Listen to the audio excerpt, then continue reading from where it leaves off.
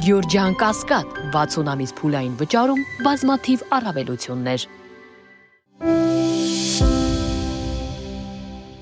Հապկի հետ հարաբերությունները սառեցրած Հայաստանը, որ վերջին մի քանի տարիների ընթացքում մերժում է մասնակցությունը տարբեր ձևաչափերով անցկացվող հապկ նիստերին, օրակարգում ընդգրկվող փաստաթղթերին երբեմն հավանություն է տալիս, չի նախատեսում եւ չի քննարկում Հայաստանից ռուսական 102-րդ բազայի դուրսբերումը։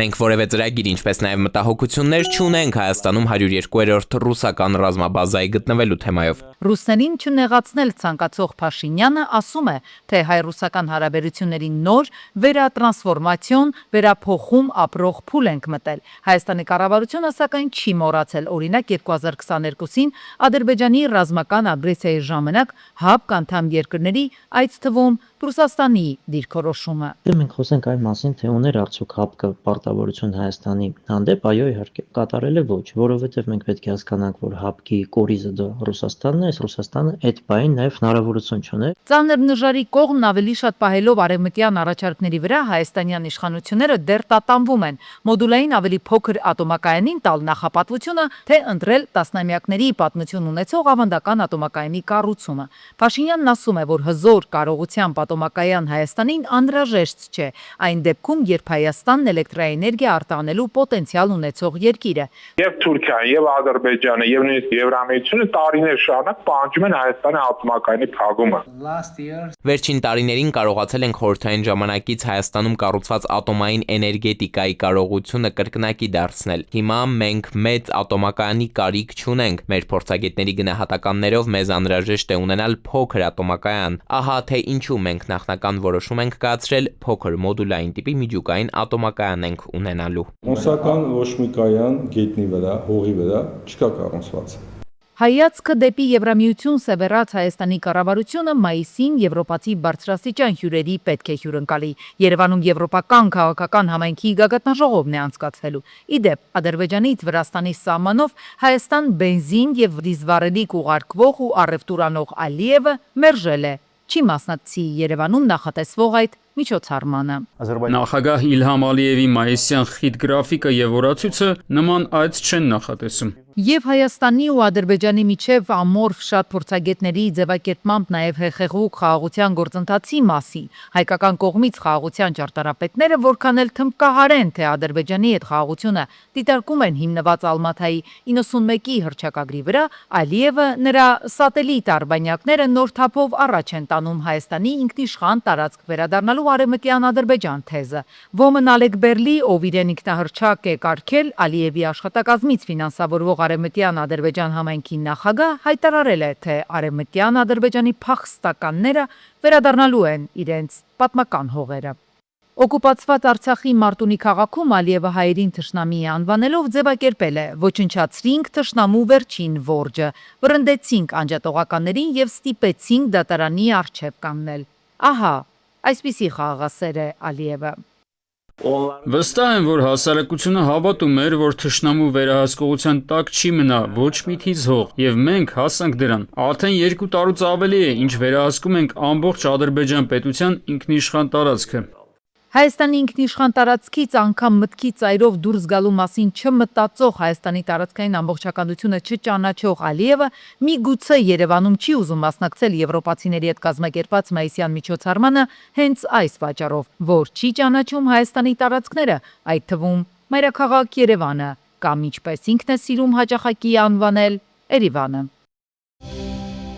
Էականորեն պարզեցվում է ֆիզիկական անձանց եկամուտների հայտարարագրման համակարգը։ Հստակեցվել է, թե որ եկամուտներն են հայտարարագրման ենթակա եւ որոնք ոչ։ Մասնավորապես հայտարարագրման ենթակա չեն ընտանիքի անդամներից ստացվող, նվազեցվող, չհարկվող եկամուտները։ Ընտանիքի անդամներ են համարվում ամուսինը, ծնողները, քույրերն ու եղբայրները, զավակները, պապերն ու տատերը, թոռները։ Մասնավորապես առաջարկում է սահմանել, որ հայտարարագրման ենթակա չեն ստացվող վարկերի գումարները առանց գումարային սահմանափակման, ընտանիքի անդամ չհամարվող ֆիզիկական անձանցից մինչև 1 միլիոն դրամը միանվագ ստացվող փոխառությունների գումարները, ոչ առևտրային կազմակերպություններից միանվագ մինչև 1 միլիոն դրամը ներառյալ անհատուց ստացվող ակտիվները, ժառանգության եւ նվիրատվության կարգով ընտանիքի անդամ չհամարվող ֆիզիկական անձանցից միանվագ մինչև 1 միլիոն դրամ արժեքով ստացվող գույքը եւ դրամական միջոցները։ Կառավարությունում վստահեցնում են փոփոխությունները միտված են համակարգը պարզեցնելու եւ քաղաքացիների համար առավել հարմարավետ դարձնելու նպատակին։ Հաջորդիվ կառավարությունը մեկ այլ կարևոր փոփոխություն էլ հաստատեց։ Համապատասխան որոշմամբ խստացվում են գազաբալոնների տեխնիկական ստուգման պահանջները։ Մասնագիտացված լաբորատորիաներում ստուգման եւ սերտիֆիկացման ողջ գործընթացը պարտադիր տեսաձայնագրվելու է։ Գազաբալոնների վկայագրման ոլորտի նկատմամբ վերահսկողություն իրականացնող տեսչական եւ ոլորտում քաղաքականություն իրականացնող համապատասխան նախարարությունը տեսագրությունների առկայությամբ ստանում է նոր գործիքակազմ ոլորտում գործունեություն ծավալող լիցենզավորված կազմակերպությունների կողմից ավտոտրանսպորտային միջոցների վրա տեղադրված բալոնների վկայագրման պրոցեսների ուսումնասիրության միջոցով թերությունների հայտնաբերման, առկա ռիսկերի նվազեցման, ինչպես նաև անբարեխիղճ տնտեսվարողների նկատմամբ վարչարության իրականացման հիմքեր ապահովելու համար։ Պատասխանատուների խոսքով սա անհրաժեշտ է գազաբալոնների վկայագրման գործընթացի թափանցիկությունը ու անվտանգությունը ապահովելու համար։ Լաբորատորիաները պարտավորվելու են տեսագրությունները պահպանել առնվազն 6 ամիս, իսկ անհրաժեշտության դեպքում դրանք կարող են տրամադրվել իրավապահ մարմիններին։ Տարեկան Հայաստանում ստուգվում է միջինում շուրջ 130,000 գազաբալոն։ Միայն 2025 թվականին գրանցվել է գազաբալոնով մեքենաների 5 պայթյուն։ Քննարկման օրակարգում էր նաև ակադեմիական քաղաքը։ Քաղաքի բուն շինարարությունը կմեկնարկի 2027 թվականին։ Առաջին փուլով նախատեսվում է կառուցել մինչև 4250 ուսանողի համար նախատեսված կացարան։ Միաժամանակ կսկսվի նաև գիտակրթական եւ այլ կենտրոնների կառուցումը։ Կմեկնարկեն եւ կիրականացվեն նաեւ հանրային նշանակության մշակութային բազմաֆունկցիոնալ համերգասրահի համաժողովների կենտրոնի կառուցումը, որի ընդհանուր ծավալը պլանավորված է ավելի քան 74,000 քառակուսի մետր, ավելի քան 628,000 քառակուսի մետր ընդհանուր մակերեսով տեխնոլոգիական կլաստերի կառուցումը իր կրթական, հետազոտական եւ ճարտարագիտական ենթակառուցվածքներով։ Նախարարի խոսքով նախապատրաստական աշխատանքները արդեն ակտիվ փուլում են։ Այս պահին իրականացվում է կոմունիկացիաների անցկացումը։ Նոր հայեցակարգով հստակ սահմանվում են ակադեմիական քաղաքի տեսլականը, առաքելությունն ու զարգացման սկզբունքները, տարածքի տեղադիրքը ու ենթակառուցվածքային լուծումները։ Ամռան շոգամիսներին հանրապետության բնակավայրերի մեծ մասում, այդ թվում Երևանում, հնարավոր է ջրանջատումներ լինեն, բայց ոչ Veolia ջուր ընկերության ներկայացրած ժամանակացույցով։ Ջրային կոմիտեից հայտարարում են, ամռան ամիսներին իսկապես ջրային պաշարների սահմանափակ ռեսուրս ունենք։ Միակ հույսն այն է, որ հնարավոր կլինի կրճատել ջրանջատումների ժամանակացույցը։ Հայաստանում ջրային պաշարների տարեկան 45% կորուստ կա։ Կապիտալ աշխատանքների ծրագրի շնորհիվ եւ նաեւ նոր ջրաղբյուրների հայտնաբերման եւ այդ նոր ջրածավալները Երևան տեղափոխելու շնորհիվ մենք կարծում ենք, որ ուսումնասիրությունների եւ բանակցությունների արդյունքում հանրությանը կներկայացնենք նոր, ավելի բարելավված ժամանակացույց։ Քաղցրահամ ջրային պաշարները միշտ կարևոր ու առաջնային տեղ են ունեցել Հայաստանի տնտեսության տարբեր ճյուղերի զարգացման համար։ Հայաստանն այն բացառիկ երկրներից է, որի բնակավայրերի գերակշիռ մասը ոռոգվում է ստորգետնյա ջրերի հաշվին։ Սևանա լիճը, որը համարվում է քաղցրահամ ջրի հիմնական աղբյուրներից մեկը մեր երկրում, վերջին տարիների ընթացքում լուրջ մարտահրավերների է բախվել։ Լճի հայելին փոքրացել է։ Դեռ ավելի վաղ շրջակա միջավայրի նախարարությունից հայտարարում էին, որ Սևանա լճի հետ կապված բոլոր խնդիրները լուծելու համար հսկայական ֆինանսական միջոցներ են անհրաժեշտ։ Հայաստանի ջրամատակարարման եւ ոռոգման ծառայությունների բարելավման նպատակով այս անգամ վարկային միջոցներ կհատկացնի Համաշխարհային բանկը։ Ծրագիրն ունենալու է 4 հիմնական բաղադրիչ։ Առաջինը ջրային ոլորտի բարեփոխում եւ կլիմայադիմացկուն ոռոգման եւ գյուղական ջրամատակարարման եւ ջրահեռացման ծառայությունների ինստիտուցիոնալ հզորացում։ Երկրորդը գյուղական բնակավայրերի ջրամատակարարման եւ ջրահեռացման բարելավում, երրորդը ոռոգման ենթակառուցվածքների եւ համակարգերի կառավարման արդիականացում, չորրորդը ծրագրի կառավարում։ Ծրագրի արդյունքում բավականին մեծ ներդրումներ կարվեն ենթակառուցվածքների արդիականացման ուղղությամբ։ Այդ ենթակառուցվածքների մեջ սակայն չեն մտնում ջրամբարները։ Ջրամբարների ուղղությամբ մենք աշխատում ենք այլ վարկային կառույցների հետ, այլ ֆինանսավորման աղբյուրներ աղբյուրներ ենք ներգրավում։ Ծրագիրը կհամաֆինանսավորի նաև զարգացման ֆրանսիական գործակալությունը։ Ծրագրի իրականացման արդյունքում ակնկալվում է ներդնել ոռոգման եւ ջրամատակարարման կլիմայակայուն համակարգեր, որոնք կնպաստեն տնտեսական աճին, պարենային անվտանգությանը եւ տարածքային համաչափ զարգացմանը։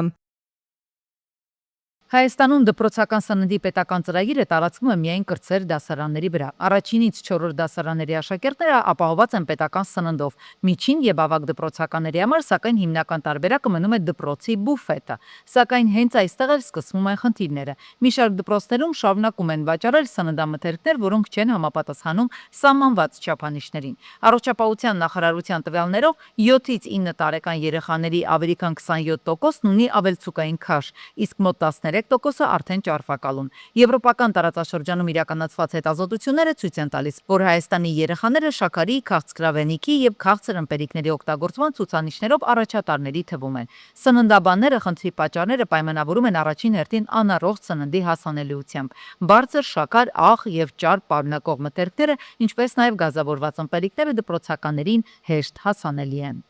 Հիմա քանի որ նաև մանկական շրջանում են դիաբետը շատ մեծ ծավալներ ձեռք բերել արդեն եւ նաև ճարպակալումն է լայն տարածում ստացել երեխաների մոտ էլ այդ թվում դե մեծահասակների մոտ էլ չասեմ, ինչ խոսք չարժի շաքար օգտագործել ընդհանրապես կամ գոնե դա հասցնել մինիմումի։ Կարելի է փոխարինել գոնե մեղրով, չրերով։ Չնայած հստակ սահմանափակումներ կան, օրինակ բուֆետում չի կարելի վաճառել պաղպաղակ, կրեմով խմորեղեն, քաղցր գազավորված ըմպելիք, մի շարք դպրոցներում սակայն արգելված սննդամթերքի վաճառքը շարունակվում է։ ՍԱՏՄ-ից ընդունում են բուֆետների գործունեության ոլորտը դեռևս ամբողջությամբ կարգավորված չէ։ ՍԱՏՄ ղեկավարի խոսքով առանց բողոքների տեսչական մարմինը լիարժեք վերահսկողություն իրականացնել չի կարող։ Ասում են նույնիսկ խոհանոցների սանիտարահիգիենիկ վիճակը ստուգելու հարցում տեսչական մարմնի լիազորությունները սահմանափակ են։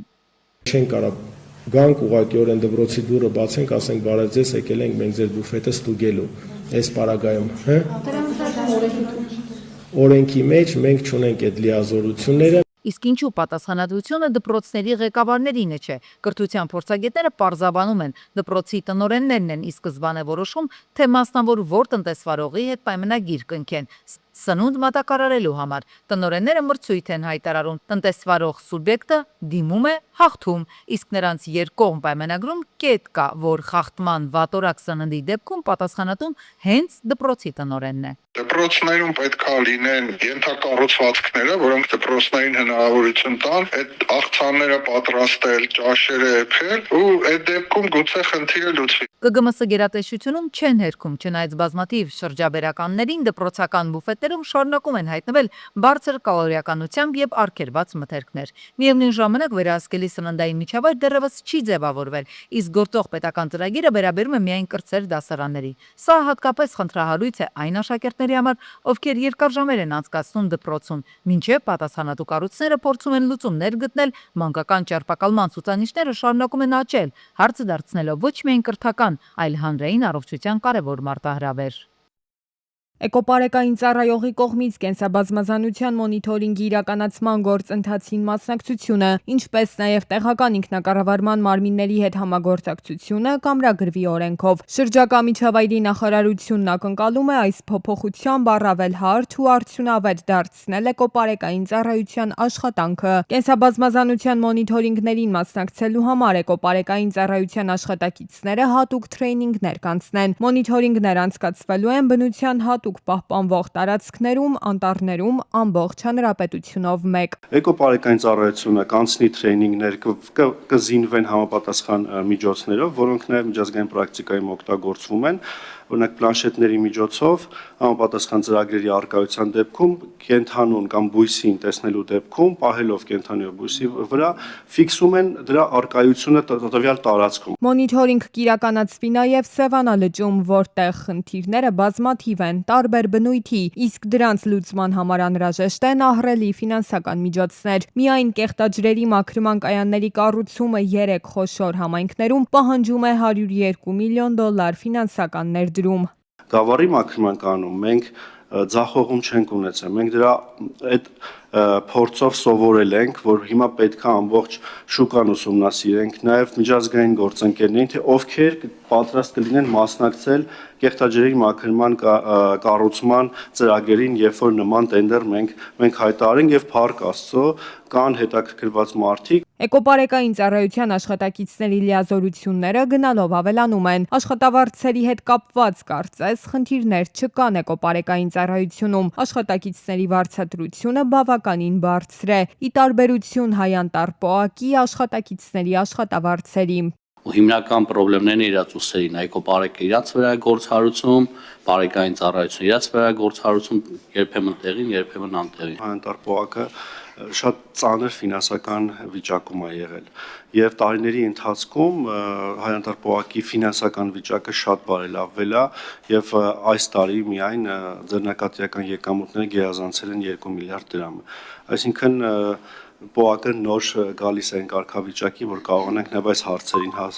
անդրադառնանք եւ հասցեագրենք։ Էկոպարեկային ծառայության մասին օրենքում փոփոխություն եւ լրացումներ կատարելու մասին Հայաստանի Հանրապետության օրենքի նախագծի ընդունման կապակցությամբ Հայաստանի Հանրապետության պետական բյուջեի եկամուտների էական նվազեցում կամ ծախսերի ավելացում չի նախատեսվում։